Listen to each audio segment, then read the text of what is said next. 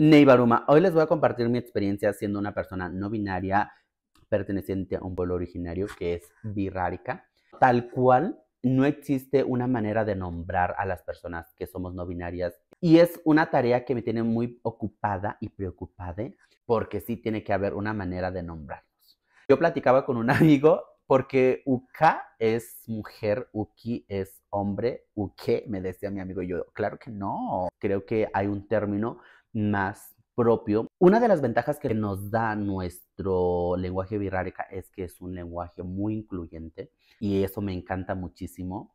No hay tal cual como un estilo de que se vea expresado ese género en la forma en que nos vestimos. En el caso particular, pues siempre ha sido como que más mental, porque en nuestras casas, en nuestras familias, siempre se nos había establecido que un hombre o una mujer tenía que ser ciertos roles dentro del hogar o en la sociedad o donde uno anduviera.